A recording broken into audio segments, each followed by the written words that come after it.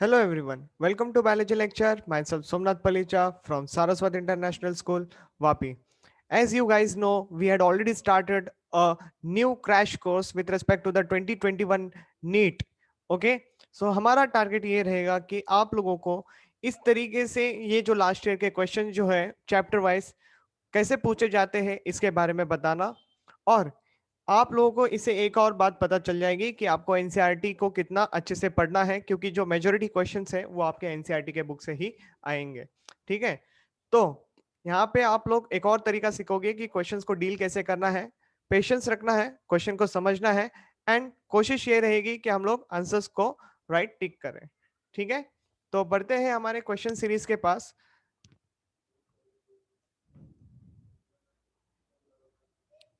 Now, as you can see on your screen, we had starting with our first question. देखो इसको और समझने की कोशिश करो। पहला क्वेश्चन पूछा है, the two polypeptide of the human insulin are linked together. Okay, मतलब हमारा जो टॉपिक चल रहा है वो है with respect to the biotechnology and its application.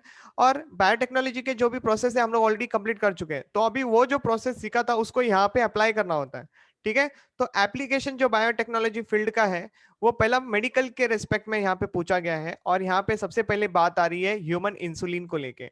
आपके एनसीईआरटी में इसके ऊपर एक डायग्राम भी दिया गया है जिसका नाम है maturation of pro insulin into insulin. Okay, एक डायग्राम दिया रहेगा आप लोगों को एनसीईआरटी में। अगर आप लोगों ने वो डायग्राम ठीक से किया है तो इट्स वेरी गुड, अगर नहीं किया है तो मैं अभी से ही बता देता हूं कि आपको वो डायग्राम करना बहुत ही जरूरी है, क्योंकि कभी कभी हो सकता है कि डायग्राम बेसिस क्वेश्चंस बन जाए। ओके, तो ये तो हो गई एडिशनल बातें। Coming to the question, question में आपको बोला गया है कि two polypeptides of the human insulin are linked together. मुझे पता है आप लोगों को, आधे से ज्यादा लोगों को आंसर पता चल गया होगा कि ये डाइसल्फाइड ब्रिजेस के बारे में बात हो रही है। पहले बता देता हूं कि आप लोगों को करना क्या था इस क्वेश्चन में। ह्यूमन इंसुलिन में आपको पता है देयर आर 3 पॉलीपेप्टाइड चेन जो है वो पार्टिसिपेट करते हैं। खास करके चेन ए को चेन बी के साथ लिंक करना होता है। ओके, तो चेन ए को बी के साथ लिंक करने के लिए हमारे बॉडी में there is one more chain called as a C polypeptide chain, जो कि ए और बी को साथ में मिलाते हैं। ठीक है, मतलब साथ में लाया जाता है। और ए और बी के पास कुछ ऐसे अमीनो एसिड्स होते हैं जिनके पास सल्फर प्रेजेंट होता है, मतलब सल्फर कंटेनिंग अमीनो एसिड आप लोग कह सकते हो। तो जब ऐसे सल्फर कंटेनिंग अमीनो एसिड के आमने सामने आने से क्या हो जाता है, डाइसल्फाइड बॉन्ड फॉर्मेशन होता है। और जैसे ही disulphide bond formation takes place between the A peptide and the B peptide chain, you understand there is a preparation of insulin takes place. समझ में आ गई बातें? तो यहाँ पे फॉस्फोडाइस्टर के बारे में बात नहीं चल रही है, वो आप लोग न्यूक्लिक एसिड में पढ़ोगे। ठीक है, कोवेलेंट बॉन्ड्स के बारे में बात नहीं चल रही है, जो आप लोग नॉर्मली एंजाइम्स में भी पढ़ते हो। और हाइड्रोजन बॉन्ड्स वगैरह जो है ये भी हमारे डीएनए आरएनए में तो आते ही है। ओके, तो ये सारी बातें बात की है, लेकिन हमारा जो आंसर है वो है डाइसल्फाइड ब्रिजेस। ओके, ज्यादा समय ना लेते हुए चलते हैं हमारे नेक्स्ट एप्लीकेशन वाले क्वेश्चन के ऊपर।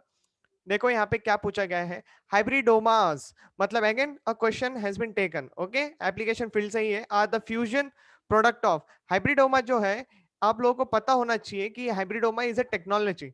ओके, जहाँ पे एक एंटीबॉडीज प्रिपरेशन के बारे में सोचा जाता है। मतलब माइलोमा सेल्स जो होते हैं, जो कैंसर कॉजिंग सेल्स होते हैं, उनको एक एंटी, उनकी जो एक खास बात होती है, क्या होती है खास बात, कि वो continuously they keep on dividing है कि नहीं। ट्यूमर सिंथेसिस सेल्स जो होते हैं ना, उनके पास एक एबिलिटी होती है कि वो अपने आप को काफी जल्दी जल्दी डिवाइड करते रहते हैं। तो यही पावर को हम लोग यूज करेंगे।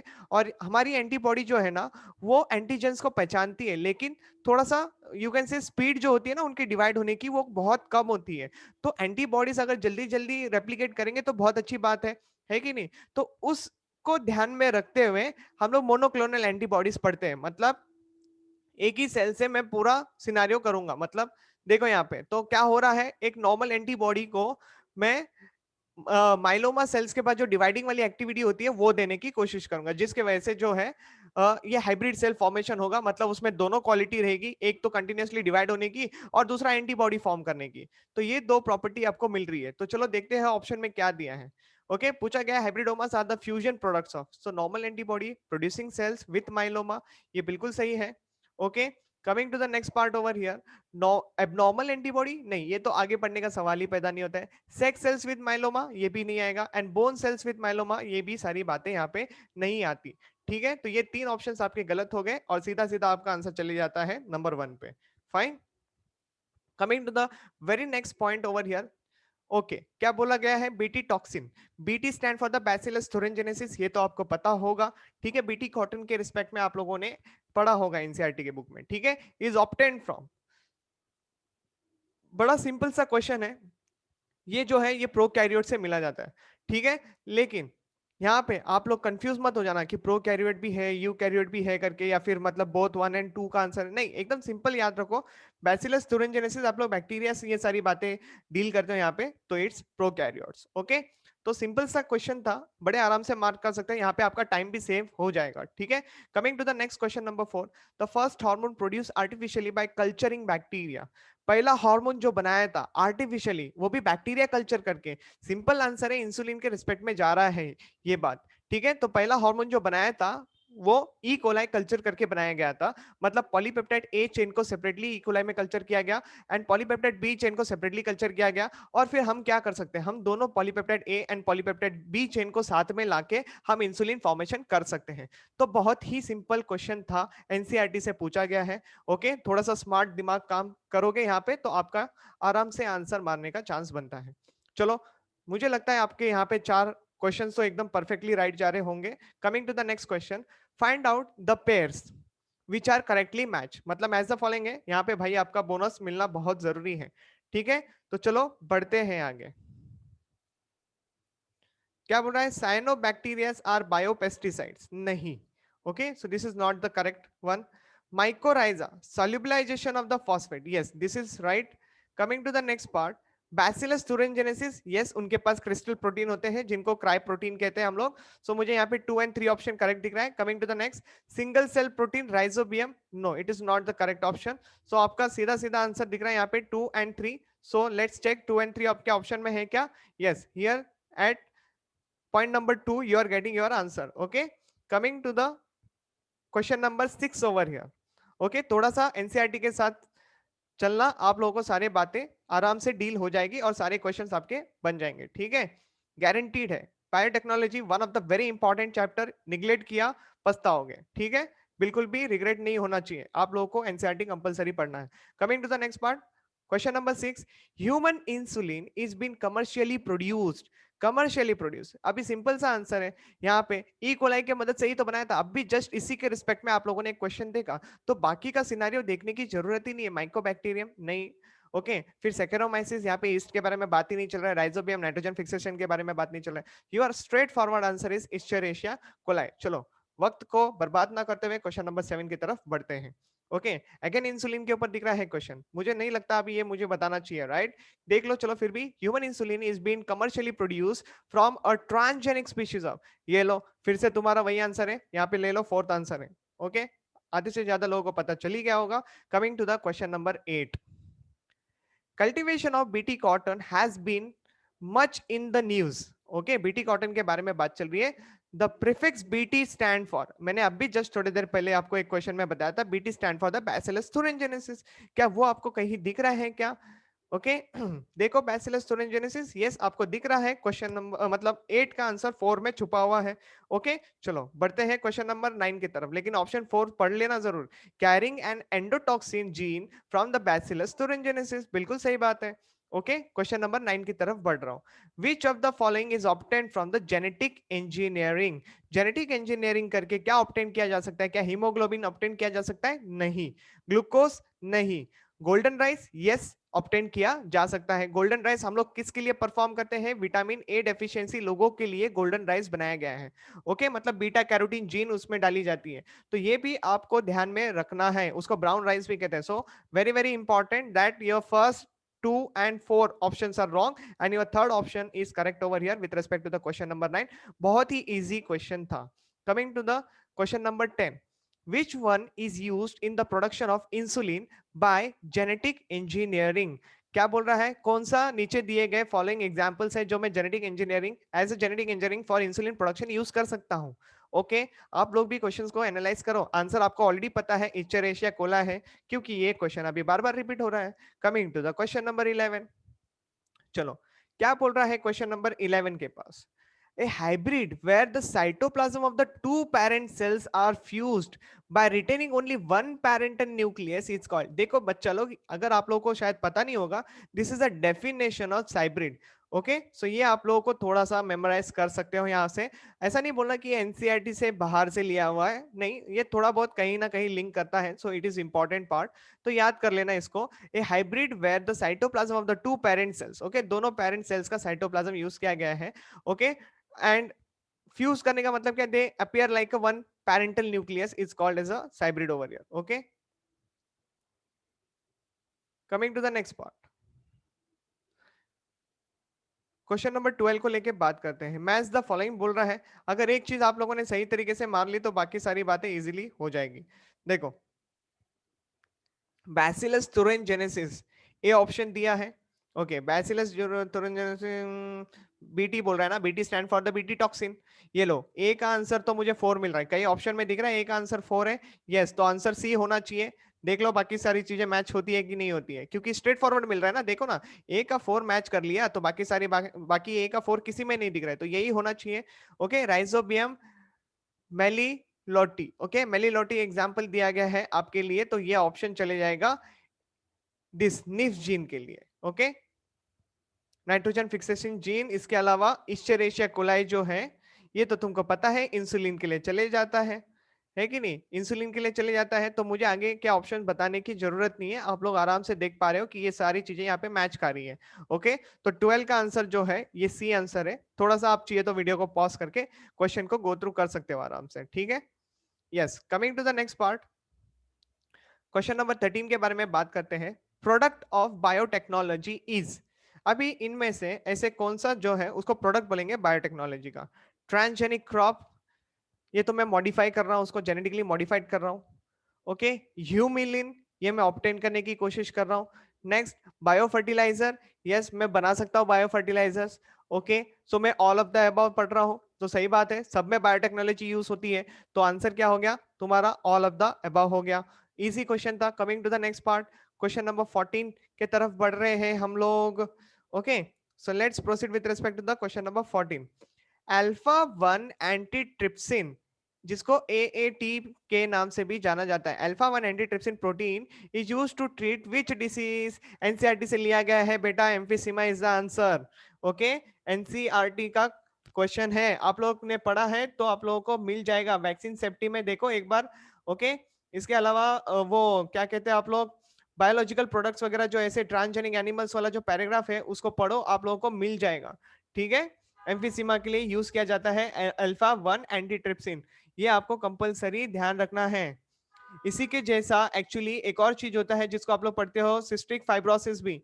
ओके, और इसके अलावा आप लोगों को पढ़ना होगा तो ट्रांसजेनिक काउ जो होती है रोज ही प्रोड्यूस करती है ह्यूमन प्रोटीन एनरिच मिल्क, ये सारी बातें हम लोगों को मिलती है. अभी ये ह्यूमन प्रोटीन एनरिच मिल्क के बारे में बात करें तो कितना ग्राम उसमें होता है, 2.4 ग्राम पर लीटर होता है. ओके, तो ये सारी बातें एनसीईआरटी में है, आप लोग अगर पढ़ोगे तो शायद मिल भी जाएगा आप लोगों को. ओके, और ह्यूमन प्रोटीन जो होता है ना वो होता है अल्फा लैक्ट एल्ब्यूमिन. तो ये सारी बातें आपको कंपलसरी ध्यान में रखना है. अल्फा 1 लैक्ट एल्ब्यूमिन जो होता है ये खास करके ये जो दूध है ना ये बच्चों को दिया जाता है. ओके, इसके बारे में अलग से स्टोरी होगी जो आप लोगों ने पढ़ा होगा. ओके, अभी उसके बारे में बात नहीं कर रहे हम लोग, खाली इतना ध्यान रखना कि ये सारी बातें एनसीईआरटी में है, आपको गो थ्रू करनी है. Okay, next, क्राइजीन is obtain from. अभी देखो यार, फिर से ये क्राइजीन stand for the crystal gene. Crystal gene आप लोगों ने बीटी कॉटन के रिस्पेक्ट में पढ़ा है, that is a Bacillus thuringiensis. ये लो आपका आंसर 2 है यहाँ पे. Coming to the 16 question number, सब बीटी कॉटन को लेके क्वेश्चन दिख रहे हैं यहाँ पे, अच्छी बात है. BT cotton is resistance to, किसके लिए है, इंसेक्ट के लिए है या हर्बिसाइड्स के लिए है, सॉइल के लिए या ड्रॉट के लिए. ओके, मुझे लगता है आप लोग को आंसर मिल चुका है, चलो इंसेक्ट है इसका answer. Coming to the next part, which one of the following bacterium is used for the production of transgenic plant.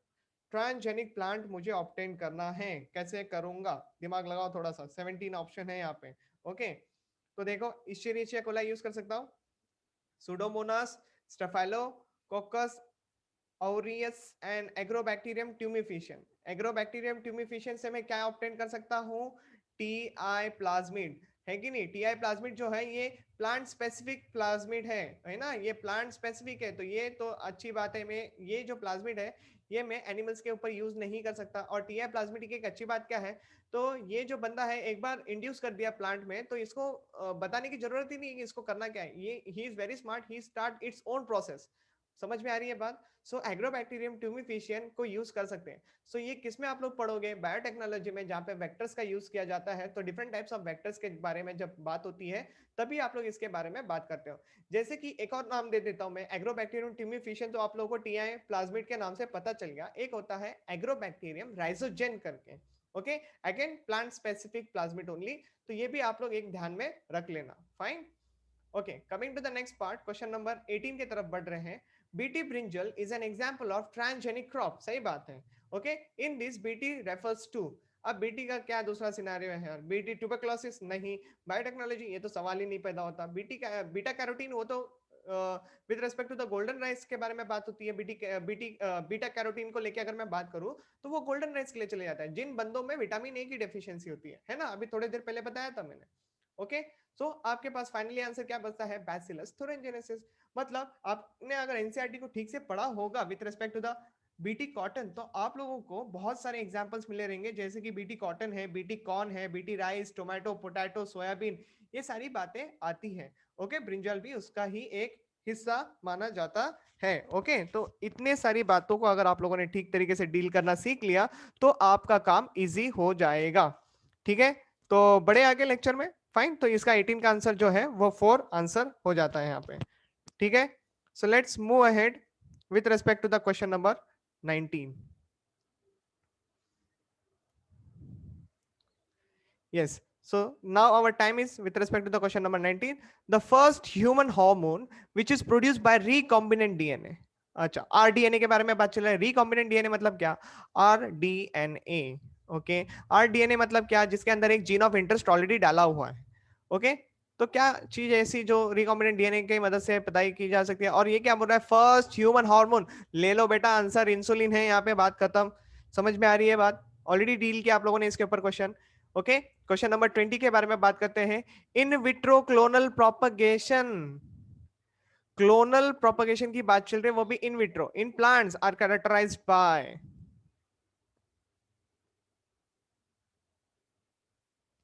तो इसका आंसर क्या होना चाहिए? In plants are characterized by. Okay, तो सोचो थोड़ा सा इसको लेके। पीसीआर या फिर आरएपीडी या फिर northern blotting technique, electrophoresis and HPLC, microscopy. In vitro बोल रहा है ना, इन विट्रो यानी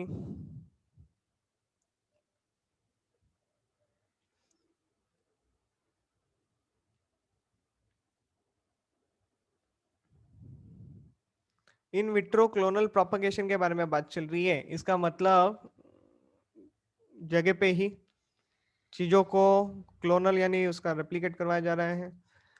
मेरे ख्याल से इसका आंसर तुमको आना चाहिए। एक बार सोचते हैं इस क्वेश्चन को लेके, थोड़ा सा होल्ड पे डालो, ठीक है? इसके बारे में सोचना पड़ेगा, क्योंकि आरआईपीडी आपके बुक में तो नहीं है। पीसीआर, इसमें तो पॉलीमरेज चेन रिएक्शंस होते हैं। ओके, पॉलीमरेज चेन रिएक्शन करके मैं पर्टिकुलर चीजों को कॉपीज तो बना के रख सकता हूँ। नॉर्दर्न ब्लॉटिंग टेक्निक यानी सदर्न ब्लॉटिंग टेक्निक होती है तुम्हारी डीएनए के रिस्पेक्ट में, और ये नॉर्दर्न ब्लॉटिंग टेक्निक है तो ये तुम्हारा जाएगा with respect to the RNA के रिस्पेक्ट में, है ना? तो नॉर्दर्न ब्लॉटिंग टेक्निक जो है वो आरएनए के रिस्पेक्ट में चले जाते हैं। इलेक्ट्रोफोरेसिस, यहाँ पे जेल इलेक्ट्रोफोरेसिस पढ़ते हो। जेल इलेक्ट्रोफोरेसिस में क्या होता है कि साइजेस के हिसाब से हम लोग चीजों को रन करवाते हैं। ओके, चीजों को रन करवाते हैं, फिर उनको सेपरेट करते हैं और फिर उसकी एनालिसिस करते हैं। ओके, और एचपीएलसी का मतलब होता है हाई प्रोफाइल लिक्विड क्रोमेटोग्राफी, ये उसका फुल फॉर्म होता है। तो हाई प्रोफाइल लिक्विड क्रोमेटोग्राफी यहाँ पे सिनारियो तो मुझे नहीं लगता हो सकता है। Microscopy, microscopy northern blotting RNA के रिस्पेक्ट में, तो आई थिंक बी आंसर तो नहीं है इसका। माइक्रोस्कोपी भी मुझे नहीं लग रहा है, आंसर ए और सी में होना चाहिए। हाँ, ऐसे क्वेश्चंस आ सकते हैं थोड़ा सा ट्विस्ट करने के लिए, लेकिन ये जहां तक कि देखा जाओगे तो एनसीईआरटी के थोड़ा सा रिलेटेड नहीं है। Okay,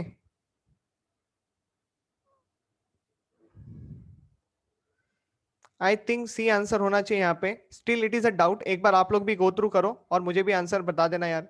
okay, so I think it should be a C answer. तो आप लोग थोड़ा सा सोचो इस पर्टिकुलर क्वेश्चन को लेके, क्वेश्चन नंबर 20 को लेके, ठीक है। मैं बढ़ रहा हूँ आगे, टाइम खराब नहीं करना है हमको एक क्वेश्चन को लेके। चलो नेक्स्ट, उसका देख के मैं आप लोगों को बता दूंगा कि आंसर क्या हो जाएगा। So don't worry about that. The inactive prototoxin is activated in the gut of the insect. Okay, prototoxin यानी ये तुम्हारा फिर से क्रिस्टल प्रोटीन के बारे में बात कर रहा है। अल्कलाइन पीएच के कांटेक्ट में आते ही वो एक्टिवेट हो जाता है। ओके और तब जाके वो पॉइजनस में कन्वर्ट हो जाता है। मतलब अल्कलाइन पीएच होना चाहिए जो कि आपको इंसेक्ट के गट में देखने मिलता है। ओके, इंसेक्ट के गट में ही ओके ये जो प्रोटीन मतलब ये जो होता है क्रिस्टल प्रोटीन वो एक्टिवेट हो जाता है। ओके, और क्या करता है, गट के जो सेल्स होते हैं एपिथेलियल सेल्स उनके ऊपर पोर्स क्रिएट कर देता है जिसके थ्रू ये मर जाते हैं। ठीक है, मिडगट जो होता है ना, मिडगट के एपिथेलियल सेल्स के ऊपर ये पोर्स क्रिएट कर देते हैं। ठीक है, टॉक्सिन बाइंड होकर पोर्स क्रिएट कर देते हैं। एनसीईआरटी का क्वेश्चन है, very important question, again you can say must. Okay, very important question. Yes, question number 22 को लेकर बात करते हैं। In India the research is genetic modification. In India research is genetic modification. देखो अगेन एनसीईआरटी को target किया है। Of the organisms and safety issues are controlled by GEAC. Straight forward answer बता रहा हूं, ये आपके एनसीईआरटी का क्वेश्चन दिया गया है। ओके, जीईएसी जेनेटिकली क्या नाम है इसका, genetic engineering approval committee, full form है ना इसका, यही तो होगा जीईएसी। ओके, जो कि गवर्नमेंट ने एक ऑर्गेनाइजेशन सेटअप किया है। So yes, your answer will be going for the GEAC over. Very important question कह सकते हो। ओके, आई थिंक चैप्टर के एंडिंग पार्ट में आपको मिल जाएगा, एप्लीकेशन वाले पार्ट में। ठीक है, रीड योर एनसीईआरटी, उसमें दिया गया है। Coming to the question number 23, which is the correct regarding the genetically engineered insulin. फिर से इंसुलिन को लेके बात कर रहा है, वो भी ई कोलाई को यूज किया तभी। ठीक है, मतलब इनमें से करेक्ट ऑप्शन ढूंढना है। पहला ऑप्शन बोल रहा है यहाँ पे डिफिकल्टी टू प्यूरिफाई। नहीं, यहाँ पे तो कोई दिक्कत ही नहीं आएगी क्योंकि ए को मैं सेपरेटली ग्रो करवा रहा हूँ, ए पॉलीपेप्टाइड को बी को मैं सेपरेटली करवा रहा हूँ, तो प्यूरिफाई करने का सवाल ही नहीं पैदा होता यहाँ पे। ओके, इसीलिए प्यूरिफाई कर सकते हैं। Obtained in a large unlimited quantities, ये हो सकता है। ओके, क्योंकि बहुत सारी कॉपीज बना लेंगे हम लोग तो उससे बहुत ज्यादा बेनिफिट होगा ना। मतलब A and B polypeptide chain को मैं आपस में फ्यूज करवा के बहुत सारा इंसुलिन प्रोड्यूस कर सकता हूँ। ठीक है, तो ये थोड़ा बहुत करेक्ट लग रहा है। चलो बढ़ते हैं आगे, ऑप्शन सी को देखते हैं। Possibility of transmission, sorry transmission, yes transmission of an animal disease. नहीं, ये तो नहीं होगा। इंसुलिन ऑब्टेन्ड वेरीज इन केमिकल स्ट्रक्चर। नहीं, केमिकल स्ट्रक्चर चेंज करने का क्या सिनेरियो, मतलब उसका स्ट्रक्चर चेंज कर दोगे तो फंक्शन विंक्शन हो सकता है, काम करे नहीं करे ये भी तो मैटर करेगा ना। ठीक है, so yes your answer will be 2 over here. Okay, very correct answer यहाँ पे 2 होगा। ओके, नेक्स्ट क्वेश्चन नंबर 24 की तरफ बढ़ते हैं। यहाँ पे देखो, अर्नेस्ट चेन एंड हॉवर्ड फ्लोरे। बच्चा लोग, अगर आप लोगों ने पेनिसिलिन पढ़ा है तो बात खत्म, मुझे सीधा सीधा आंसर दिख रहा है 2 पे। Okay, establishing the potential of the penicillin as an effective antibiotic. Okay, again NCERT based question, very important question, you can say over here. पढ़ो इसको, नोबेल प्राइज मिला गया है इन लोगों को इसके डिस्कवरी को लेके। ओके, तो बहुत ही ज्यादा जरूरी हो जाता है आपके लिए। ठीक है, बढ़ो आगे। चलो नेक्स्ट पॉइंट को देखते हैं, क्वेश्चन नंबर 25 को देखते हैं यहाँ पे। ठीक है, insect pest resistant BT cotton plant was developed using. BT cotton plant को मैं डेवलप कर रहा हूं ना, तो क्या आंसर आना चाहिए यहाँ पे, somaclonal variations, micropropagations techniques में यहाँ पे यूज करूंगा। नहीं, माइक्रो प्रोपगेशन टेक्निक्स में यहाँ पे यूज नहीं कर सकता। हाइब्रिडाइजेशन भी नहीं करना है मुझे। ट्रांसजेनिक टेक्नोलॉजी, यस ये पॉसिबल है। Transgenic technology, insect pest resistant BT cotton plant was developed by using, yes transgenic technology यहाँ पे आंसर आना चाहिए। ठीक है, मतलब मैं एक जीन को प्लांट को दे रहा हूं। ओके, कॉटन प्लांट को दे रहा हूं। ओके, तो जब जीन को कॉटन प्लांट में देना और उसको अपडेट करना, that is what the transgenic technology means. Genetically updating, I am updating the BT means I am giving a strength to a cotton plant. Okay, so that is what the plus point we have over here. So yes, it is a transgenic technology. Okay, so yes, question number 26 के ऊपर जाते हैं। The strategy used to prevent the nematode infection in the roots of the tobacco plant is called, okay, RNA interference का question है, आपके NCERT का question है। देखो, आपको आंसर कैसे क्लिक होना चाहिए, निमैटोड मेंशन किया है पूरे चैप्टर में। आप लोगों को निमैटोड को लेके खाली एक ही टॉपिक है, वो है आरएनए इंटरफेरेंस। ओके, इसी टॉपिक में आप लोग ग्रोथ फैक्टर भी पढ़ोगे। ओके, देखो निमैटोड अगर ग्रोथ करना चाहता है तो उसको ग्रोथ प्रोटीन बनाना पड़ेगा। ग्रोथ प्रोटीन बनाने के लिए उसको खाना खा के एमआरएनए वगैरह बनाना पड़ेगा। एमआरएनए बनेगा तब जाके उसका ग्रोथ प्रोटीन बनेगा और तब जाके निमेटोड्स जो है वो ग्रो करेंगे, मल्टीप्लाई करेंगे। लेकिन इसके ग्रो करने से क्या हो जाएगा, जो टोबैको प्लांट से उनका यील्ड प्रोडक्शन कम हो जाएगा। तो ये नहीं होना चाहिए, है ना। तो उनके पास, निमेटोड के पास ही एक डिफेंस मैकेनिज्म होता है कि वो डबल स्टैंडर्ड आरएनए बनाते हैं, है कि नहीं। तो वो डबल स्टैंडर्ड आरएनए जो उनका डिफेंस मैकेनिज्म है, अभी हम लोग वही डिफेंस मैकेनिज्म प्लांट को दे देंगे, ठीक है। तो प्लांट के पास अभी एबिलिटी आ चुकी है कि डबल स्टैंडर्ड आरएनए बनाना है। तो जैसे ही निमैटोड ग्रोथ करने के बारे में सोचेगा, मतलब वो एमआरएनए बनाने के बारे में सोचेगा, तो ये जो प्रोटीन है जो root of the tobacco plant के पास आ चुका है, मतलब डबल स्टैंडर्ड आरएनए बनाने की जो एबिलिटी ये गेन कर चुका है, वो क्या करेगा, डबल स्टैंडर्ड आरएनए बना देगा। डबल स्टैंडर्ड आरएनए के पास एबिलिटी क्या होती है कि वो साइलेंस कर देता है एमआरएनए को। साइलेंस करना मतलब क्या, उसके इंपॉर्टेंट सीक्वेंस रीड ही नहीं किए जाते। जब इंपॉर्टेंट सीक्वेंस को रीड नहीं किया जाएगा तो प्रोटीन बनेगा नहीं, तो प्रोटीन बनेगा नहीं तो निमैटोड का ग्रोथ नहीं होगा। RNA interference topic is one of the very important topic, आपको पढ़ना ही पड़ेगा। ओके, निमैटोड के रिस्पेक्ट में है। निमैटोड के साइंटिफिक नेम के ऊपर क्वेश्चन पूछे जाते हैं। मेलेक्डोग्नी इनकॉग्निशिया आपके एनसीईआरटी में दिया गया है। Okay, MELOIDEGYNE, meloidogyne incognita. चलो हम लोग देखेंगे, अगर इनके ऊपर और भी कई क्वेश्चंस मिलते हैं तो मैं आपको बता दूंगा, ठीक है।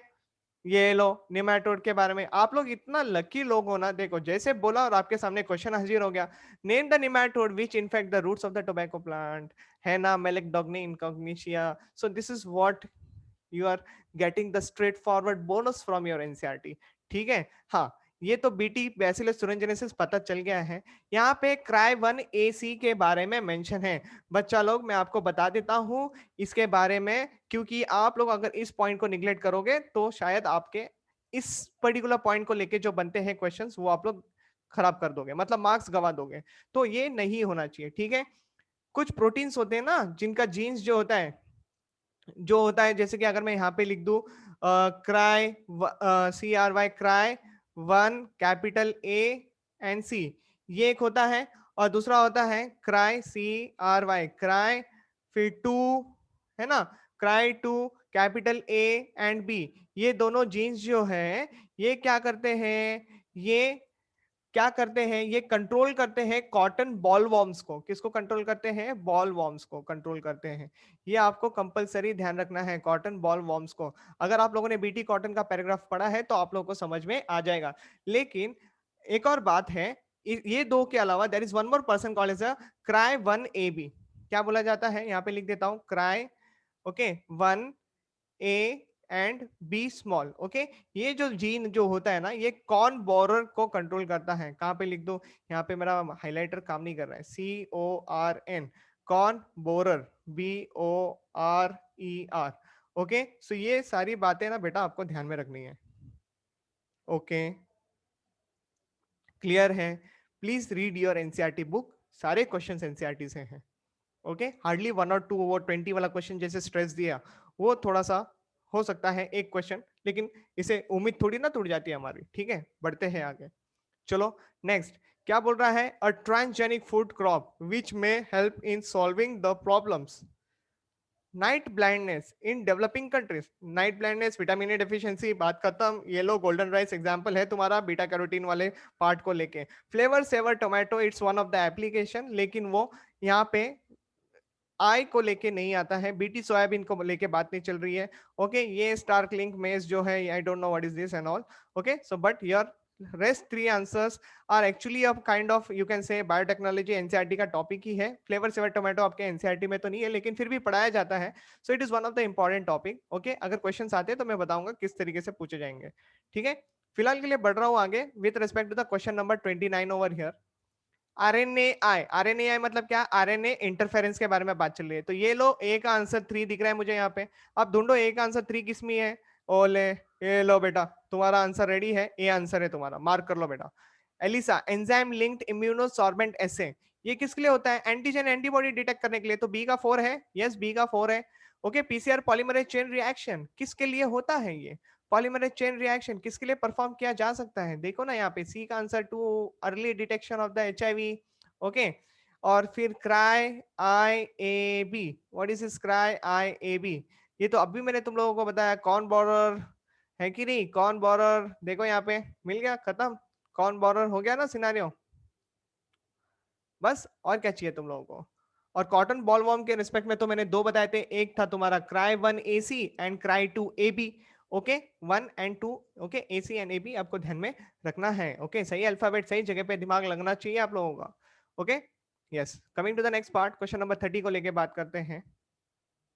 क्या बोल रहा है यहाँ पे 30 पे, RNA interference which is employed in making the tobacco plant resistant to the Malecdogni incognitia is essentially involved in preventing the process of, मैंने अभी आप लोगों को बोला था, स्प्लाइसिंग ऑफ HNRNA या फिर transcription translation of mRNA, replication of the DNA।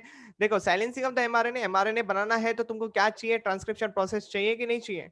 Okay, सो तुम्हारा आंसर चले जाएगा 30 का 1, किसका हो जाएगा, 30 का 1 हो जाएगा। ट्रांसक्रिप्शन प्रोसेस को रोको, ट्रांसक्रिप्शन प्रोसेस मतलब क्या, एमआरएनए बनाना।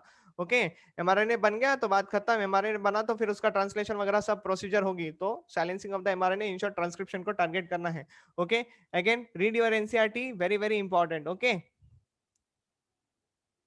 ये जो मेथड होता है, ये मेथड इन्वॉल्व करता है silencing of a specific mRNA. Okay, due to the complementary double standard RNA, complementary होता है ना जो डीएसआरएनए होता है, वो कॉम्प्लीमेंट्री होता है, जो ये बाइंड करता है और प्रिवेंट करता है translation of mRNA.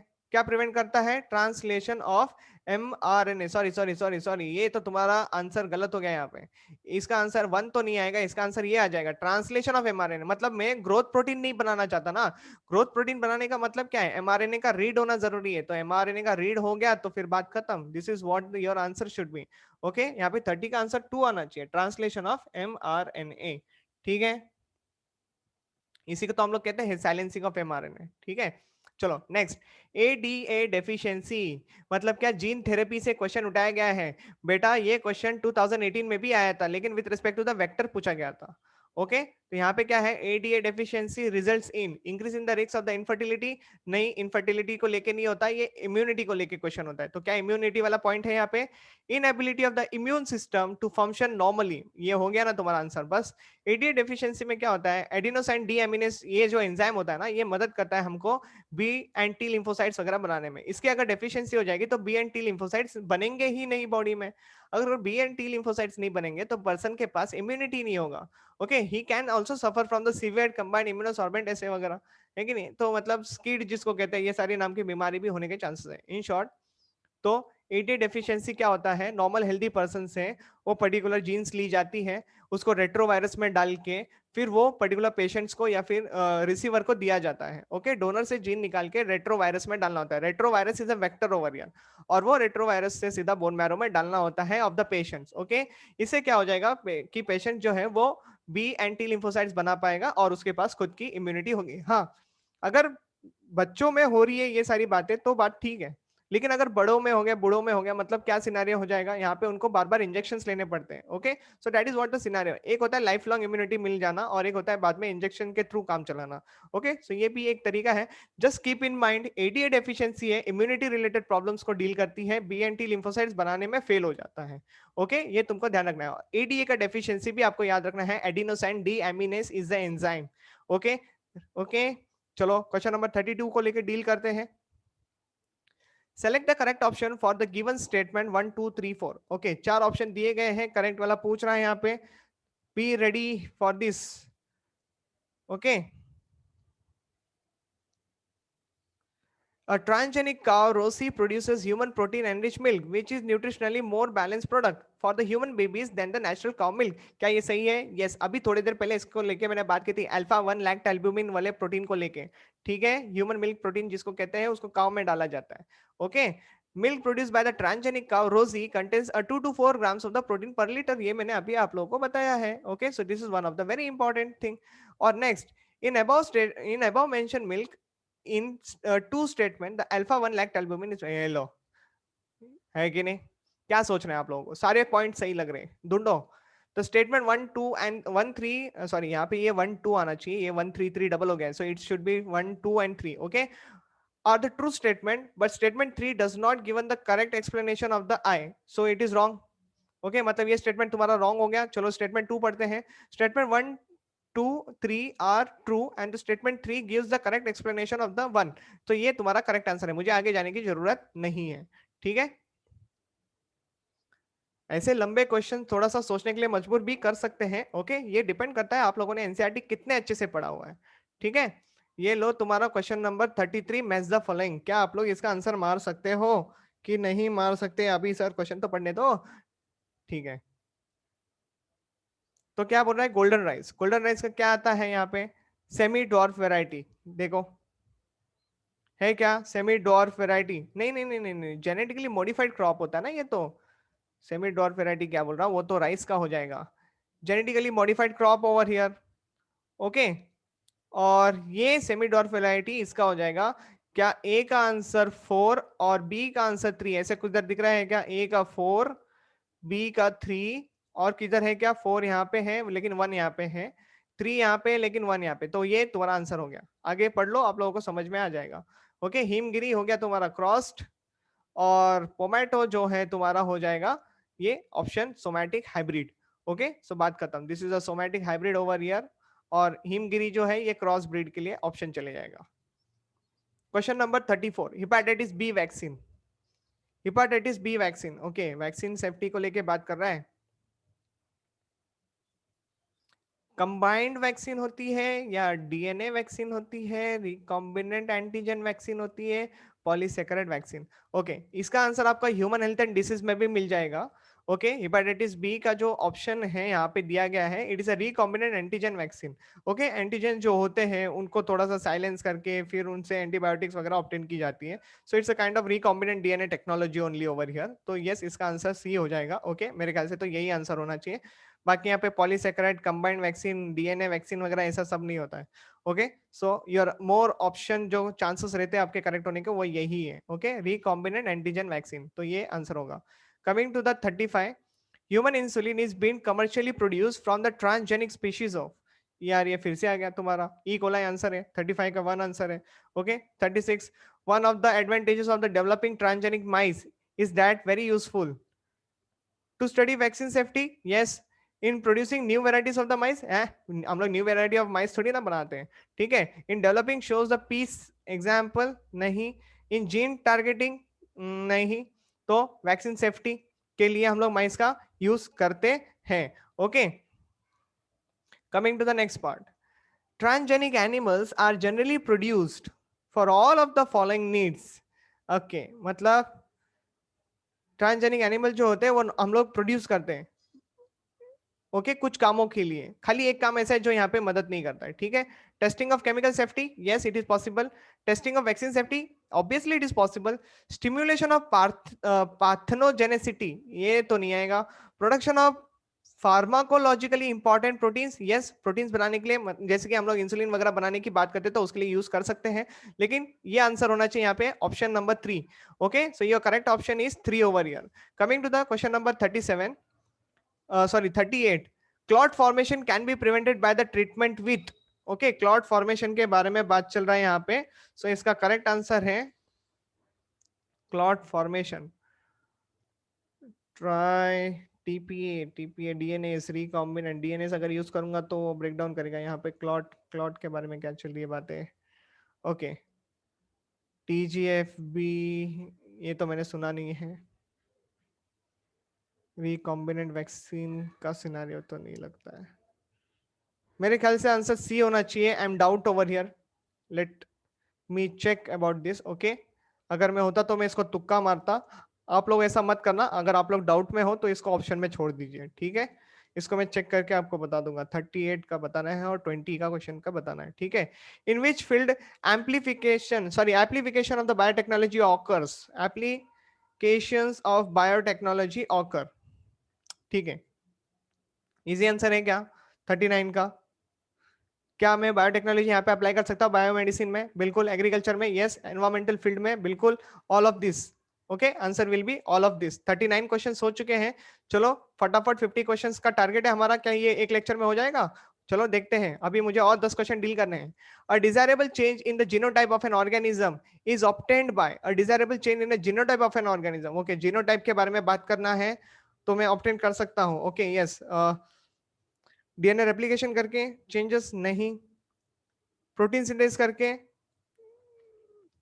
Protein change करने से थोड़ी ना कुछ हो जाएगा।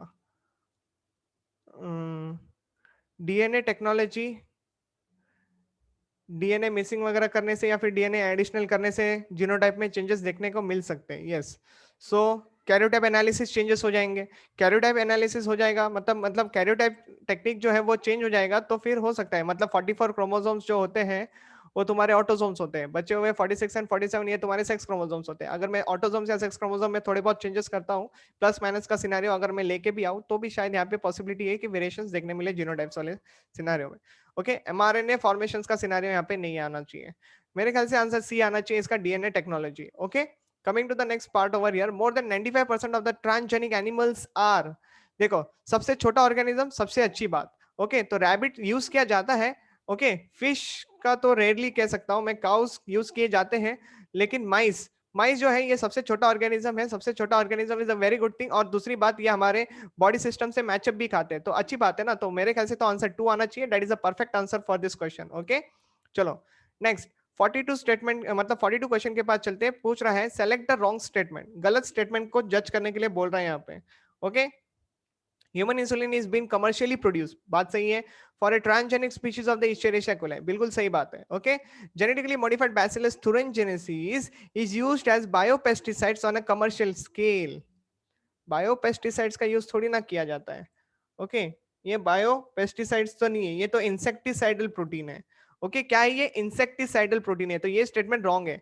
Human protein alpha 1 antitrypsin is used for the treatment of the emphysema, बिल्कुल सही है।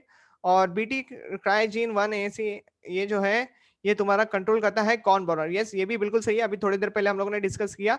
यस, तो your answer should be 2 over here. Okay, let's proceed.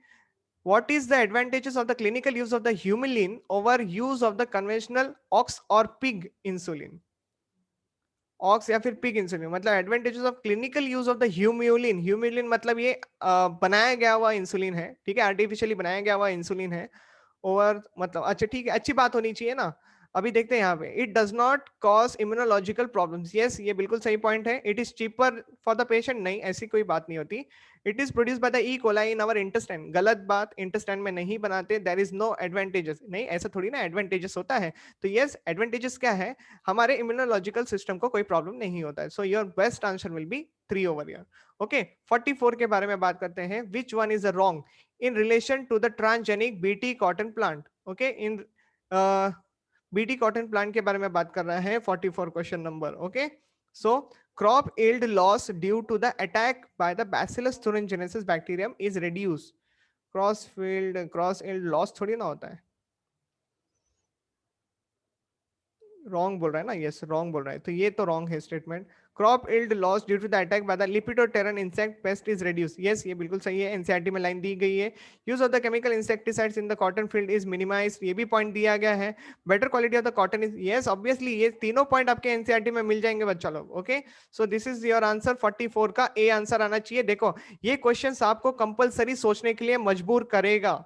Okay, आपको अगर बचना है तो इसको बीटी कॉटन वाले पैराग्राफ को ठीक से रीड करना, आपको एनसीईआरटी में मिलना ही चाहिए ये तीनों की तीनों points. Okay, coming to the next part 45, antibodies produced by the group of identical B cells, group of identical B cells against a single epitope of an antigen is called identical B cells, मतलब clone, clone का मतलब क्या है, monoclonal antibodies, ये हम लोगों ने deal किया है। Okay, hybridomas technology. Okay, so 45 का आंसर बी। चलो 5 क्वेश्चन और, क्या बोल रहा है ये 46, जीन थेरेपी पूछा, मतलब एडीए के बारे में पूछा, has been successfully curing the disease in the laboratory animals through, okay through, मैं पढ़ू फिर से, gene therapy has been successful in curing genetic disease in laboratory animals through replacing the defective gene with the functional gene, ये तुम्हारा answer है। मतलब जो defective gene है, मतलब जो जीन आपका एडीए पूछ रहा है ना, मतलब एडिनोसिन डीएमिनेज बनाने में मदद नहीं करता, उसको रिप्लेस कर दो। उसको रिप्लेस करने से एडिनोसिन डीएमिनेज एंजाइम बनेगा जो कि ट्रिगर करेगा बोन मैरो को, ताकि बी एंड टी लिम्फोसाइट्स बन जाए और काम हो जाए। ओके, 46 का आंसर 2 होना चाहिए। आराम से सोच सकते थे इसको, थोड़ा सा स्मार्टली सोचो, बायोटेक्नोलॉजी आपको स्मार्ट सोचने के लिए मजबूर करता है। Okay, what is a indicated by A in this figure, मतलब ए फिगर, अच्छा यहाँ पे लेबलिंग क्या है कि ए फिगर क्या बताता है। अगर मैं इसको इंसुलिन के साथ कंपेयर करूं, मान लो ये ए पॉलीपेप्टाइड चेन है, ये बी पॉलीपेप्टाइड चेन है, और मुझे इसके थ्रू ए पॉलीपेप्टाइड चेन मिल गई, ये बी पॉलीपेप्टाइड चेन मिल गई, मतलब ये एशेरेशिया कोलाई में मैंने काम किया है। ओके, मतलब दोनों चेन मुझे मिल गई है, दोनों चेन को मैं पास लेके आके डाइसल्फाइड बॉन्ड कर सकता हूँ। ये लो तुम्हारा आंसर खत्म, इंसुलिन को लेके पूछा गया है। बड़े स्मार्ट तरीके से डायग्राम को मॉडिफाई किया गया है, लेकिन आप लोग और ज्यादा स्मार्ट हो, आप लोग ऐसे क्वेश्चंस को डील कर सकते हो। ठीक है।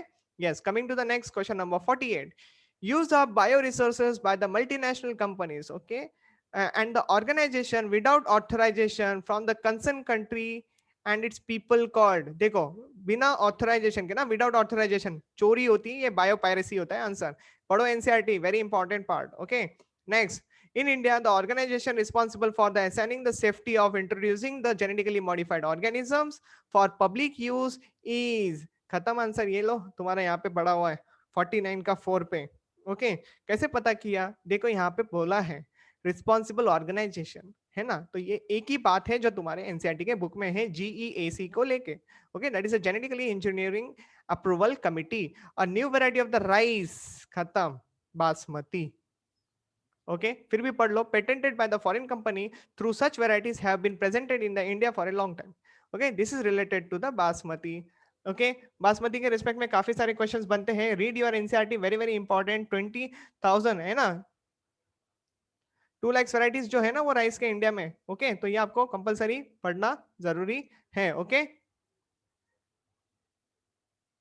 I think 20 lakhs. Okay, so sorry sorry sorry sorry 20 कितना होता है, 2 लाख वेराइटीज